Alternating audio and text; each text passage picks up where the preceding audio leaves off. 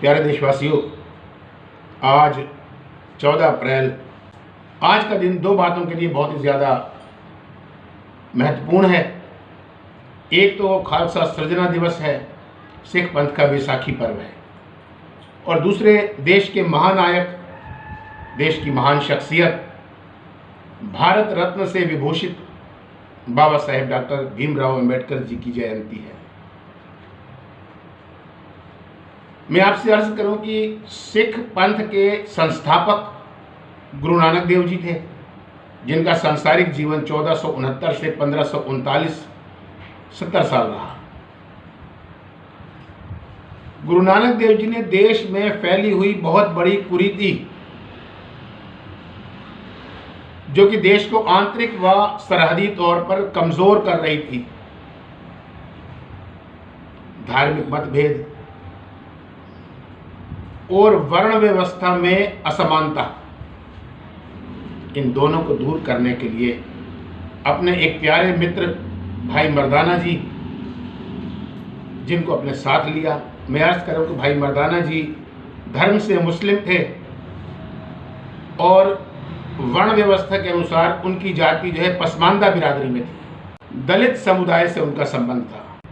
गुरु नानक देव जी ने भाई मर्दाना जी को साथ लेकर पूरे देश को अखंड और मजबूत बनाने के लिए, देश में आपसी भाईचारे को बरकरार रखने के लिए, देश में समानता का बराबर अधिकार दिलाने के लिए मुहिम चलाई। सारे देश को एक सूत्र में बांधने के लिए, देश की आंतरिक मजबूती को और ज़्यादा सुदृढ़ बनाने के लिए,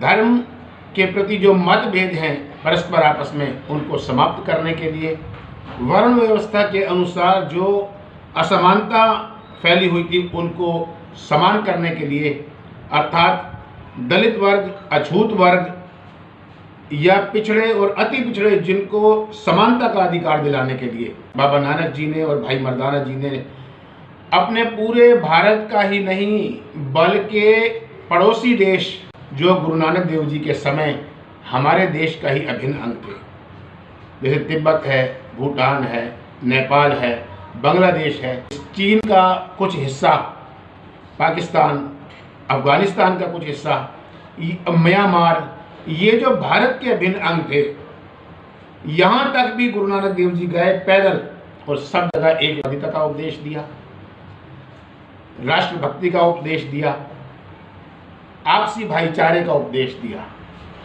आपसी मिलनसारी का उपदेश दिया। लगभग गुरु नानक देव जी और भाई मर्दाना जी अपनी जिंदगी में 42,700 किलोमीटर सिर्फ इसी मकसद से चले। उनके बाद और गुरु साहब, जो गुरु नानक देव जी ने लंगर की परंपरा प्रारंभ की थी, ज़रूरतमंद के लिए रोटी तो थी ही, लेकिन साथ बैठकर खाने का पसमानदा बिरादरियों को, दलित वर्ग को भी बराबर का अधिकार था और आज भी है।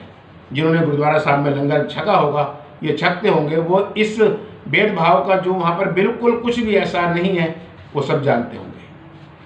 आगे चलकर गुरु साहिबानों ने सरोवर बनवाए, जिसमें सारे समाज, सारी बिरादरी एक साथ स्नान कर सकती थी।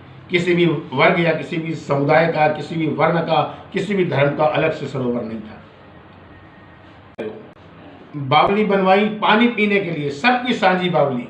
इस तरह आगे चलते चलते समय निकला जब गुरु हरगोबिंद साहब जी ने फौजी गठन किया, तो उनकी फौज में हर धर्म के लोग, हर जाति के लोग, यहाँ तक कि मुस्लिम धर्म के भी फौजी गुरु हरगोबिंद साहब की फौज में शामिल थे। समय और निकला। प्यारे देशवासियों, आज 14 अप्रैल बैसाखी का दिन है। फलसफा वही गुरु नानक देव जी का, गुरु गोविंद सिंह जी ने 14 अप्रैल सन 1699 को आनंदपुर साहब की धरती पे एक बहुत बड़ा संगत का एकत्रीकरण किया और उन्होंने तलवार की धार पर सूरमाओं की खोज करी। उसी संगत में 5 सूरमा उन्होंने निकाले जो हमारे देश के से अलग अलग प्रांतों से थे। 5 राष्ट्र के लिए अपनी जान को हथेली पर रखने वाले, जिसमें सबसे पहले भाई दयाराम जी थे जो लाहौर से थे, दूसरे भाई धर्मचंद जी थे, वो हस्तिनापुर दिल्ली से थे। तीसरे भाई हिम्मत राम जी थे, जो जगन्नाथपुरी उड़ीसा से थे। चौथे भाई मोहकम चंद जी, जो कि द्वारका जी गुजरात से थे। और पांचवें भाई साहेब चंद जी, जो बिदर कर्नाटका से थे। 5 अलग अलग प्रांतों से उन्होंने वो 5 मर्द मुजाहिद जिनका चुनाव किया, और खालसा पंथ के वो 5 आधार स्तंभ बने। 5 प्यारों के नाम से आज भी उन्हें अरदास में याद किया जाता है। और एक बात प्यारे देशवासियों, कि ये 5 प्यारों में सिर्फ भाई दया राम जी ही क्षत्रिय थे, ऊंची कास्ट से थे, ऊंची जाति से थे, ऊंचे वर्ण से थे। भाई धर्मदास जी, भाई हिम्मत राम जी, भाई मोहकम दास जी, भाई साहेब चंद जी, ये चारों ऊंची बिरादरी से नहीं थे, लेकिन गुरु पातशाह ने सबको तैयार किया।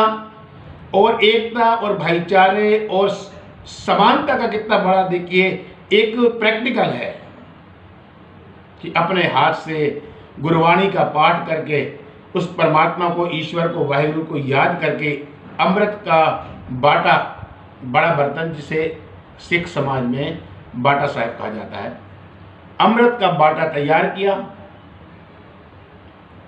और उन 5 को, जो कि 4 जिनमें पसमानदा बिरादरी से थे, उन 5 को एक ही बाटे से, एक ही बर्तन से, अलग अलग बर्तन इस्तेमाल नहीं किए, और बर्तन पर मुंह लगाकर वो अमृत छकवाया, अमृत पिलाया, और ये कहा कि आज से आप में कोई ऊंचा नहीं है, कोई नीचा नहीं है, सब समान हैं, सब बराबर हैं, सब ईश्वर की संतानें हैं, ईश्वर की मखलूक हैं, मेरे बेटे हैं।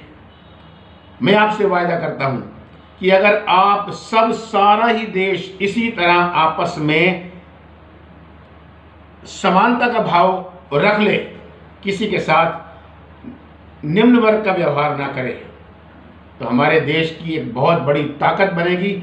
जो हमारे देश पर ये बाहरी आक्रांता आकर कब्जा करे हुए हैं और हमारे पर शासन कर रहे हैं, एक दिन जब हमारी ताकत इकट्ठी होगी तो इनको अपने देश से बाहर खदेड़ देगी। मेरा वादा है कि आप जैसे जांबाज, आप जैसे क्रांतिकारी, अपने देश के निवासी, अपने देश के वासी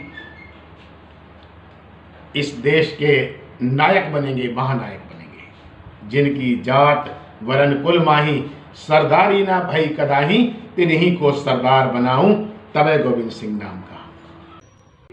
सो प्यारे देशवासियों, गुरु साहिबानों द्वारा चलाई गई अमृत छकाने की परंपरा आज भी गुरुद्वारा साहिबों में बदस्तूर जारी है।